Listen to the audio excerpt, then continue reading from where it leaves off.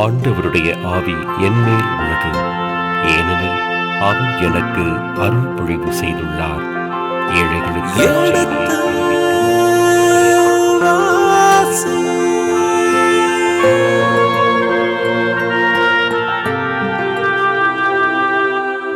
எடுத்து வாசி.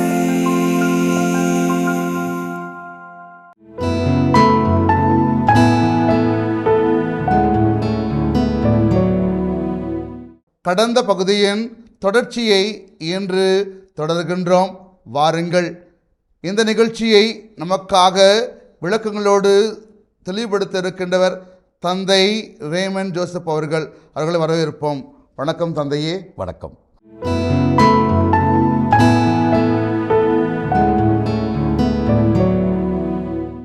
அதிரமலக்கும் அதே மாதிரி சரேட்சரும் அவரை வாளால் வெட்டி கொண்டு விட்டு ஆராத்து நாட்டிற்கு தப்பி ஓடிவிட்டார். ஆராத்து என்பது ஏறக்குறைய சின்ன ஆசிய பகுதியில் இருக்கிறது. அங்கிருந்து தான் யூப்ரட்டிஸ் தைகிரிஸ் நதிகள் புறப்படுகிறது.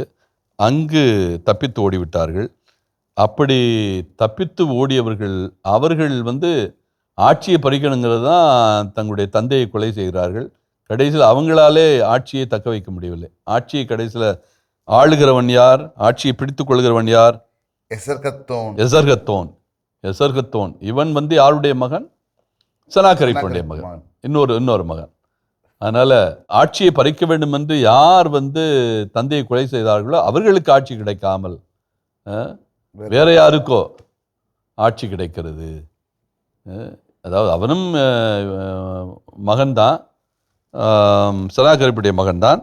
ஆனால் யார் எதிர்பார்த்தார்களோ அவர்களுக்கு கிடைக்காமல் எசர்கத்தானுக்கு அரசனாக ஆகக்கூடிய வாய்ப்பு கிடைக்கிறது. இப்போ இதில் இறைவாக்கினுடைய இறைவாக்கும் உண்மையாக மாறுகிறது. அது மட்டுமல்ல, இந்த அசிரிய பேரரசன் செனாகரிப்பை பற்றி ஒரு செய்தி இருக்கிறது. அதாவது நாம் ஏற்கனவே பார்த்தோம், இவன் தன்னுடைய நாட்டுக்கு போனான். நாட்டுக்கு போன போது அங்கே கோவிலுக்கு சென்று வழிபட்ட போது இவனுடைய பிள்ளைகளே இவனை கொன்றார்கள். ஆனால் உண்மையிலே என்ன நடந்திருக்கிறதாக செய்திகள் நமக்கு தெரிகிறது என்றால், இவன் இங்கு இருக்கின்ற போது தென்னாட்டிலே, அதாவது யூதா நாட்டு பகுதியிலே இவன் போரிட்டு கொண்டிருக்கின்ற போது அவனுடைய நாட்டில், அதாவது மத்திய ஆசியா பகுதியில் அவனுடைய தலைநகர் மற்ற பகுதிகளை பிடிப்பதற்கு அவனுடைய பிள்ளைகள் முயற்சி செய்து கொண்டு இருக்கிறார்கள். இதை அறிந்துதான் அவன் என்ன பண்ணுறான்? நாட்டுக்கு திரும்புகிறான். எனவே அவன் நாட்டுக்கு திரும்புவனுடைய நோக்கமே தன்னுடைய அரியணை பறிபோகிவிடும் என்பதாலும் தன்னுடைய உரிமைகளை எல்லாம் தன்னுடைய பிள்ளைகள் பறித்து கொள்ளப் போகிறார்கள் என்பதாலும் தான் அவன் போகிறான். ஆனால் அங்கே அவனால் வெற்றி கொள்ள முடியவில்லை அவனுடைய பிள்ளைகளை. அத்தோடு அவனுடைய சகாப்தமே முடிந்து போகிறது. செனாகரிப்புடைய சகாப்தம். அவன் எவ்வளோ கொக்கரித்தான், என்னால் அதை சாதிக்க முடியும், இதை சாதித்திருக்கிறேன், அதை சாதித்திருக்கிறேங்கிறான். கடைசியில் பிள்ளைகளுக்கு முன்னால் அவனால் ஒன்றுமே செய்ய முடியலை. அந்த பிள்ளைகள் இவனை வீழ்த்துகின்ற அளவுக்கு வலிமை உடையவர்களாக மாறிவிடுகிறார்கள். வாழை எடுத்தவன் வாழையிலே மடிவான் என்பது போல இவன் எல்லாரையும் அழிப்பதற்கு முயற்சி எடுத்தான். ஆனால் இவனே அந்த வாளுக்கு இரையாகி இருந்தான் என்கிற ஒரு அவல நிலையோடு தான் இவனுடைய கதை முடிகிறது. அதனால் செனாகரிப்பினுடைய போர் என்பது, அந்த போரில் எந்த அளவுக்கு அவன் வெற்றி கொண்டான் என்கிற நிலைப்பாடே கிடையாது. அவனுக்கு வீழ்ச்சி தான் கிடைச்சது. அவனால் ஒரு திட்டமிட்டு வெற்றி கனியை பறிக்க முடியலை. அதோடு யாவேனுடைய உடனிருப்பு நிச்சயமாக எசேக்கியாவுக்கு இருந்தது. அதுவும் ஒரு ப்ளஸ் பாயிண்ட்னு தான் நம்ம சொல்லணும். எசேக்கியாவுக்கு ஒரு முக்கியமான ஒரு துணை யாவேனுடைய துணை. இவரும் நாடினார், இறைவாக்கினரையும் தேடினார், இறைவாக்கினரும் இவருக்காக பரிந்து பேசினார். அதனால் இவருடைய முன்முயற்சியும் மிக முக்கியமானது. அதனுடைய பயனை அவர் அனுபவிக்கிறார். அதனால தான் இந்த அசிரியனுடைய படையெடுப்பு இதை எசேக்கியா எப்படி பார்க்கிறான்னா, இது யாவேல் தான் கைகூடியது அப்படின்னு பார்க்குறான். ஏசாயா புத்தகம் 36 அதிகாரத்தை வாசித்தோம்னா இந்த போரை பற்றி தான் செய்தி இருக்கிறது. 701 செனாக்கரிப் படையெடுத்து வந்து கப்பம் கட்ட மறுத்த எசேக்கியாவுக்கு பதிலடி கொடுக்க வேண்டும் என்று அவனை வந்து சுற்றி வளைக்கிறான். எசேக்கியாவை சுற்றி வளைக்கிறான். இதே மாதிரி இந்த 3 பொறுப்பாளர்களையும் அனுப்பி கேவலமாக பேசுகிறான். இறுதியிலே இந்த எசேக்கியாவுடைய இறைவேண்டல் அவனுக்கு வலிமையை கொடுக்கிறது. எசேக்கியாவுடைய இறைவேண்டல், அவன் இறைவேண்டல் செய்கின்ற அரசனாக இருக்கிறான். அந்த இறைவேண்டல் தான் இவனை வந்து வீழ்ச்சியுறாமல் தற்காத்துக் கொள்கிறது. நன்றி தந்தையே. தந்தை, இப்போ இந்த 19ஆம் அதிகாரத்தில் எசேக்கியா அரசனுடைய இறைவேண்டலை பற்றி நீங்கள் சொன்னீங்க. அதனால் கடவுள் எசேக்கியா அரசனோடு இருந்து வெற்றியை கொடுத்தார். ஆமாம். அதை இந்திய காலகட்டத்தில் நாம் சிந்தித்தோம் என்றால் எப்படி நாம் பதில் எதிர்பார்க்கலாம்? எசேக்கியாவுடைய காலமும் அதே போல் செனாக்கரிப்புடைய காலமும் அண்மையான காலங்கள் அல்ல. ஏறக்குறைய நம்முடைய காலத்திலிருந்து 2700 ஆண்டுகளுக்கு முன்னால். எசேக்கியா 715 686 வரை ஆட்சி செய்தவர். செனாக்கரிப்பு வந்து 705 ஆட்சி பொறுப்பை செனாக்கரிப்பு அசிரிய மன்னனாக பொறுப்பேற்கிறார். அவரும் நீண்ட காலம் வாழவில்லை. ஏறக்குறைய 686 அவருடைய கதை முடிந்து விடுகிறது. 701 பிறகு அவர் வந்து வெளியில் வரவே இல்லை. அப்படின்னா நாட்டை பிடிக்க வேண்டும் என்ற எண்ணத்தோடு அவர் வரவே இல்லை. எசேக்கியா வந்து கப்பம் கட்டக்கூடிய சூழலும் உருவாகலை. மீண்டும் கப்பம் யார் கட்டுதுன்னா எசேக்கியாவுடைய மகன் மனாசே. எந்த அளவுக்கு என்றால் மனாசையை கைது பண்ணி நினிவேக்கு இழுத்துக்கிட்டு போனான். இந்த செனாக்கரிப்புக்கு பிறகு ஆட்சி பொறுப்பேற்றவன் நாயை போல கேவலமாக இழுத்து கொண்டு சென்றார்கள். ஆனால் எசேக்கியா தப்பித்து விட்டான். காரணம் அடிப்படையில் அவனிடத்தில் இருந்த நேர்வை, அவனிடத்தில் இருந்த இறைவேண்டல், கடவுள் பயம், இறைப்பயம், இதெல்லாம் அவனுக்கு வந்து உறுதியாக அல்லது அவனுக்கு நிலையாக இருந்தது. அதுதான் அவனுக்கு வந்து நம்பிக்கை தூண், நம்பிக்கை தருகின்ற மின்கம்பம். அதான் அவனுக்கு. அதனால் அதிலிருந்து அவன் கொஞ்சம் கூட தளரவில்லை. என்ன பிரச்சனைகள் வந்தாலும் தாவீதை போல இறைவனை நாடினான். இப்போ யார் வந்து இறைவனை நாடுகிறார்களோ, இறைவனை தேடுகிறார்களோ, அவர்களுக்கு வந்து இறைவன் பலி கொடுப்பார் என்கிற ஒரு உத்தரவாதம் இந்த எசேக்கியாவுடைய வாழ்க்கையை நமக்கு தருகின்ற அற்புதமான பாடம். எசேக்கியா வந்து இவனுடைய எல்லா வலிமைகளையும் அறிவான். செனாக்கரிப்புடைய வலிமைகள் அத்தனை அறிவான். அதனால் எந்த அளவுக்கு இவன் வந்து வலிமையுடைய அரசன் என்பது நல்லாவே தெரியும், எசேக்கியாவுக்கு தெரியும். இருந்தாலும் இவன் கொண்டிருந்த நம்பிக்கை, இந்த அவனுடைய கடவுள் வந்து பொய்க்கடவுள் தான். எசேக்கியாவுடைய கடவுள் உண்மை கடவுள்.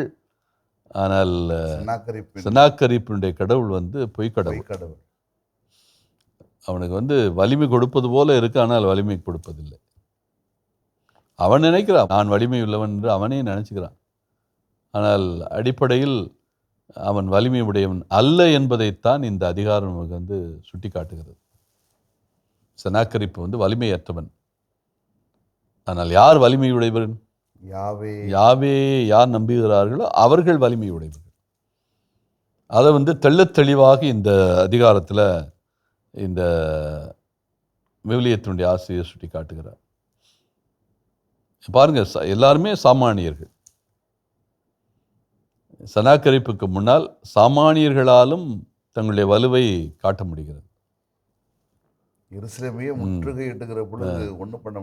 எருசலேமே அழிந்து போகின்ற நிலைக்கு, அதாவது எசேக்கியா வந்து ஒரு அறிவாளின்னு தான் சொல்லணும். இவனுக்கு வந்து செனாக்கரிப்பு வரப்போகிறான் என்று முன்பே ஒரு அறிகுறி தெரிகிறது. அதனால் என்ன பண்ணுறான், எருசலேமுடைய தெற்கு பகுதியில் கேகோன் என்கிற நீர்வீழ்ச்சி இருக்கிறது. அந்த நீர்வீழ்ச்சி என்றால் ஊற்று, அந்த நீரூற்றினுடைய தண்ணீர் வந்து கெத்ரோன் பள்ளத்தாக்கில் விழுந்து அப்படியே சாக்கடையில் போய் கிடக்குது. போகிற இடங்களில் பூராமே மரம் செடி கொடிகள்லாம் இருக்கிறது, பழமரங்கள் இருக்கிறது, எல்லாம் கனி கொடுக்கின்ற பழமரங்கள். இப்போ இவன் என்ன பண்ணுறான், இந்த கீகோன் நீர்வீழ்ச்சியை ஒரு 1/2 கிலோமீட்டர் தூரத்துக்கு அப்படியே மடக்கி உள்ளே கொண்டு போகிறான். 1/2 கிலோமீட்டர் வந்து கால்வாய் மாதிரி சுரங்கப்பாதை அமைச்சு அதில் கால்வாயை வெட்டி 3 அடி உயரமும் 3 அடி அகலமும் கொண்ட ஒரு கால்வாயை உருவாக்கி அந்த தண்ணீரை வந்து நகருக்குள்ளே கொண்டு போகிறான். சீயோன் நகர், தாவீது கட்டிய அந்த சீயோன் நகர், எருசலேம் மலையிலிருந்து சற்று கீழாக 500 மீட்டர் கீழே இறங்கி இருக்கிற அந்த மலை. அந்த குளத்துக்கு பேர் வந்து சிலோவாம் குளம். அந்த குளத்தில் வந்து எப்போவும் தண்ணீர் இருக்கு. அந்த குளத்திலிருந்து தான் எருசலேம் ஆலயத்திற்கு, அந்த ஆலயத்தை சுத்தப்படுத்துவதற்கு கூட அல்லது தூய்மை சடங்குகளுக்கு கூட தண்ணீர் கொண்டு போவார்கள். சிலோவாம் குளம் எப்பொழுதும் அந்த குளத்தில் தண்ணீர் இருக்கு, நீரூற்று, மலையிலிருந்து வருகிற தண்ணீர். இன்றைக்கு அந்த கால்வாய் வழியாக, சுரங்க கால்வாய் வழியாக தண்ணீர் வந்து கொண்டு இருக்கிறது. கேகோன் நீர்வீழ்ச்சியிலிருந்து, கேகோன் நீரூற்றிலிருந்து தண்ணீர் வருகிறது. அப்படின்னா எந்த அளவுக்கு அவனுக்கு வந்து ஒரு அறிவுத்தன்மை இருக்கிறது என்று பாருங்கள். வரப்போகிற அந்த போரை அவனால் கணிக்க முடிகிறது. போர் நடக்கிற போது என்ன இழப்பு ஏற்படும் என்பதை சிந்தித்து பார்க்க முடிகிறது. அந்த இழப்பை தவிர்க்க வேண்டும் என்கிற அந்த அறிவும் இருக்கிறது. அதனால தான் அவனால் பாதுகாப்பு நடவடிக்கையாக அந்த தண்ணீரை வந்து உள்ளே கொண்டு போக முடியுது. வெளியில் ஓடிக்கொண்டு அந்த தண்ணீர், அதன் பிறகு கெத்ரோன் பள்ளத்தாக்கில் தண்ணியே இல்லை. இந்த தண்ணீரெல்லாம் எங்கே போயிடுச்சு? நகருக்கு போகிறது, எருசலேம். இன்றைக்கும் அந்த தண்ணீர் குழாய்கள் இருக்கிறது, அந்த தண்ணீர் சேகரிக்கின்ற அந்த சிலோவாம் குளம் இருக்கிறது. நன்றி தந்தையே. அரசர்கள் 2ஆம் நூல் அதிகாரம் 19. அரசர் எசேக்கியா இதை கேட்டு தம் ஆடைகளை கிழித்துவிட்டு சாக்கு உடை உடுத்திக் கொண்டு ஆண்டவரின் இல்லத்தினுள் நுழைந்தார். அரண்மனையின் மேலதிகாரியான எலியாக்கிமையும் எழுத்தன் செபுனாவையும் குருக்களில் முதியோரையும் சாக்கு உடை உடுக்கச் செய்து ஆமோஸின் மகன் எசாயா இறைவாக்கினரிடம் அனுப்பினார். அவர்கள் அவரிடம், எசேக்கியா கூறுவது இதுவே: இன்று துன்பமும் கண்டனமும் அவமானமும் மிக்க நாள்.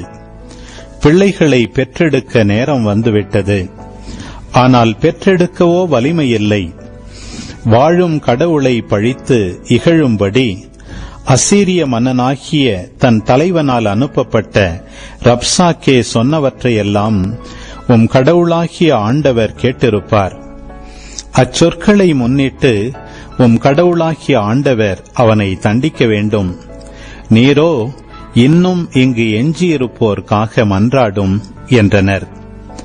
அரசர் எசேக்கியாவின் அலுவலர் எசாயாவிடம் வந்தபொழுது எசாயா அவர்களை நோக்கி, உங்கள் தலைவனிடம் இவ்வாறு சொல்லுங்கள்: ஆண்டவர் கூறுவது இதுவே: அசீரிய மன்னனின் கைக்கூலிகள் என்னை இகழ்ந்து சொன்ன வார்த்தைகளை கேட்டு அஞ்ச வேண்டாம். இதோ நான் அவனிடம் ஓர் ஆவியை அனுப்புவேன். அவன் ஒரு வதந்தியை கேட்டு தன் நாட்டிற்கு திரும்பி போய்விடுவான். அவனது நாட்டில் வாளால் வெட்டுண்டு அவன் இறக்கும்படி செய்வேன் என்றார். அவ்வாறே அசீரிய மன்னன் லாக்கிஸை விட்டு வெளியேறிவிட்டான் என்று கேள்விப்பட்டு அங்கிருந்து கிளம்பிய ராப்சாக்கே தன் மன்னன் லிப்னாவுக்கு எதிராக போரிட்டுக் கொண்டிருப்பதை கண்டான். அப்பொழுது அசீரிய மன்னன் எத்தியோப்பிய மன்னனான திராக்கா தனக்கு எதிராய் படை திரட்டி கொண்டு வருவதாக கேள்வியுற்று எசேக்கியாவிடம் மீண்டும் தூதரை அனுப்பி, யூதா அரசன் எசேக்கியாவிடம் நீங்கள் இவ்வாறு கூறுங்கள்: எருசலேம் அசீரிய மன்னனின் கையில் ஒப்புவிக்கப்பட மாட்டாது என்று கூறும் உன் கடவுளை நம்பி ஏமாந்து விடாதே. இதோ அசீரியா மன்னர்கள் எல்லா நாடுகளுக்கும் செய்திருப்பதையும் அவற்றை முற்றிலும் அழித்ததையும் நீ கேள்விப்பட்டிருப்பாய். அப்படியிருக்க நீ மட்டும் தப்பிவிட முடியுமா? என் முன்னோர்கள் அழித்துவிட்ட கோசான், ஆரான், ரட்சேபு, ஏதேனியர் வாழ்ந்த தெலாசர் ஆகியவற்றை அந்நாடுகளின் தெய்வங்களால் விடுவிக்க முடிந்ததா? ஆமாத்தின் மன்னன் எங்கே? அர்பாதின் மன்னன் எங்கே? செபர்வையும் நகர், ஏனா, இவ்வா இவற்றின் மன்னர்கள் எங்கே என்று கூறியிருந்தான். எசேக்கியா தூதரின் கையிலிருந்த மடலை வாங்கி வாசித்த பின் கோவிலினுள் சென்று ஆண்டவர் திருமுன் மடலை விரித்து வைத்தார். மேலும் எசேக்கியா ஆண்டவரை மன்றாடி கூறியது: கெருபுகள் மேல் வீற்றிருக்கும் இஸ்ரவேலின் கடவுளான ஆண்டவரே, இவ்வுலகத்து அரசுகளுக்கெல்லாம் நீர் ஒருவரே கடவுள். விண்ணையும் மண்ணையும் படைத்தவர் நீரே. ஆண்டவரே, நீர் செவிசாய்த்து கேட்டருளும். ஆண்டவரே, உம் விழிகளை திறந்து என்னை நோக்கியருளும். தூதனுப்பி என்றுமுள்ள கடவுளை பழித்துரைக்கும் சனகெரிபின் சொற்களை கேட்பீராக. ஆண்டவரே, அசீரிய மன்னர்கள் வேற்றினத்தாரையும் அவர்கள் நாடுகளையும் அழித்தது உண்மைதான். அவர்கள் வேற்றினத்தாரின் தெய்வச் சிலைகளை நெருப்பிலிட்டு எரித்தனர்.